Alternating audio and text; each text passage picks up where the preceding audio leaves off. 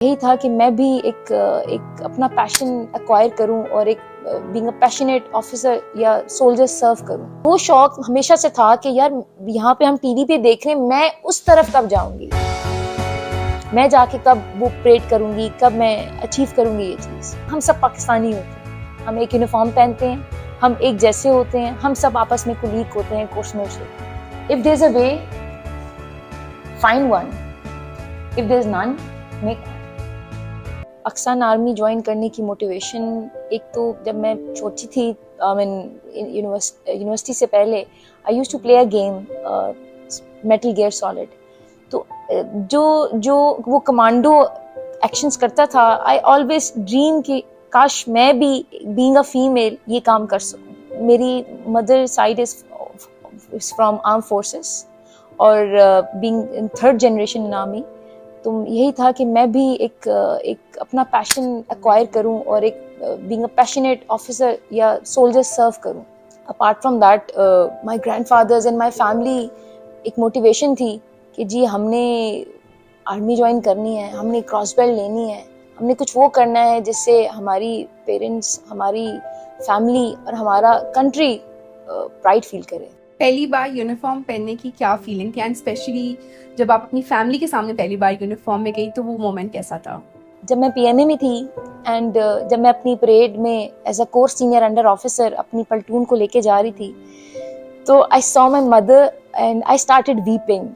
तो you know this is a sense of achievement and कि you achieve something because of this platform and your parents are proud of you, and this was something so motivating for me कि मेरे parents motivate हो रहे हैं और you do something so good. I think वो moment जैसे आपके उसमें ऐसे इंग्रेव हुआ है, उनके उसमें भी ऐसे ही होगा, जो वो फर्स्ट टाइम उन्होंने आपको देखा कि you leading and in uniform, तो एक कोर मेमोरी वो बन गई होगी, एक प्राउड मोमेंट उनके लिए। My mother is like Pakistan के लिए कुछ भी करना है। तो मुझे याद है कि जब हम छोटे थे तो हमारी अम्मी जो थी सुबह उठ के ना सबसे पहले नेशनल एंथम होता था, तो हम बहन भाइयों को, छोटों को खड़ा करके सलूट करवाती थी।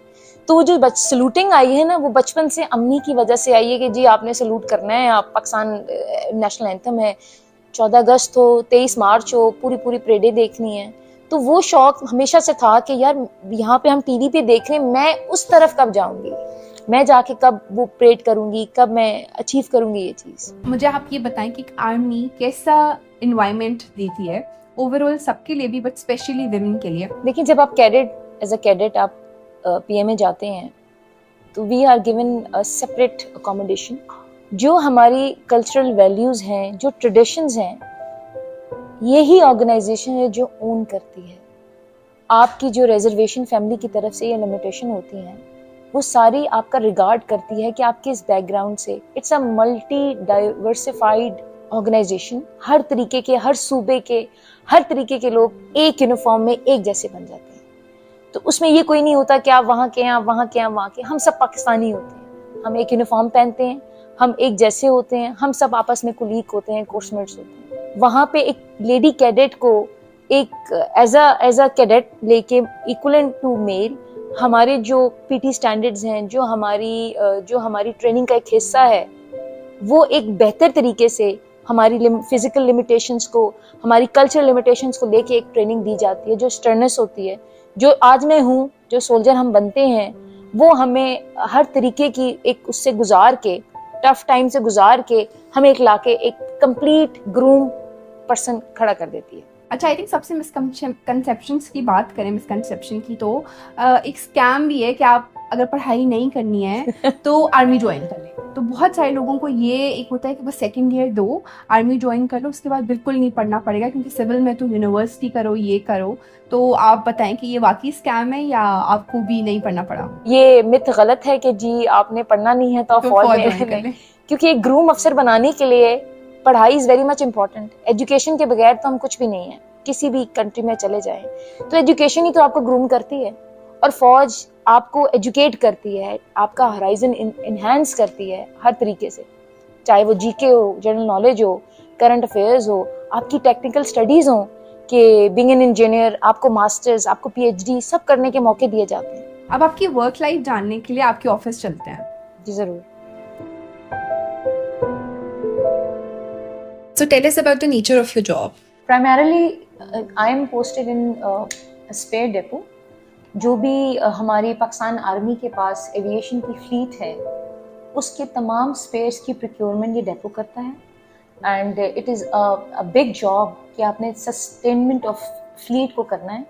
तो जो इशू रिसीट है और procurement of spares from abroad है या फ्रॉम लोकल है, वो हमारा मदर डेपो करता है. और यहाँ पे जो मैं लुक आफ्टर कर रही हूँ, that is a Russian fleet, जो कि हमारा एक मेजर फ्लीट है. और I am lucky to serve here, and this is my third tenure in a spare depot. So do you feel acknowledged? Of course, as already mentioned, how much you put in your service, how much effort you put in your service or in your duty anywhere, you are acknowledged and you are supported with your decisions and whatever work you are giving, or whatever effort you are putting in. आज की video के बाद बहुत सारी लड़कियां, young girls will take you as a role model. तो to all the young girls जो आपको देख रही हैं and they want to start their own careers या फॉलो ऑन देयर ड्रीम्स, आप उनको क्या मैसेज देना चाहेंगी? मेरी हमेशा से एक चीज़ रही है, ड्रीम, आप ज़रूर ड्रीम देखें, लेकिन ड्रीम देखने के लिए और ड्रीम को फुलफिल करने के लिए आपके पास कोई प्लेटफॉर्म होनी चाहिए. सो जो प्लेटफॉर्म मुझे मिला अपने पेरेंट्स की इजाज़त के बाद, वो पाकिस्तान आर्मी है. तो I am very lucky and I am very fortunate कि मेरे जितने भी कमांडिंग ऑफिसर्स रहे हैं, they don't consider me as a lady, they consider me as an officer, कि जी मैं एक ऑफिसर हूँ और मैं डिस्टिंग्विश हूँ और इक्वलेंट टू मेरी. तो I will give a message कि if there is a way, find one, if there is none, make one. So do come and join Pakistan Army, Pakistan Air Force and Pakistan Navy. It is a very disciplined and it makes your dream come true. Thank you so much for taking out time. It was lovely meeting you. Thank you. बहुत शुक्रिया.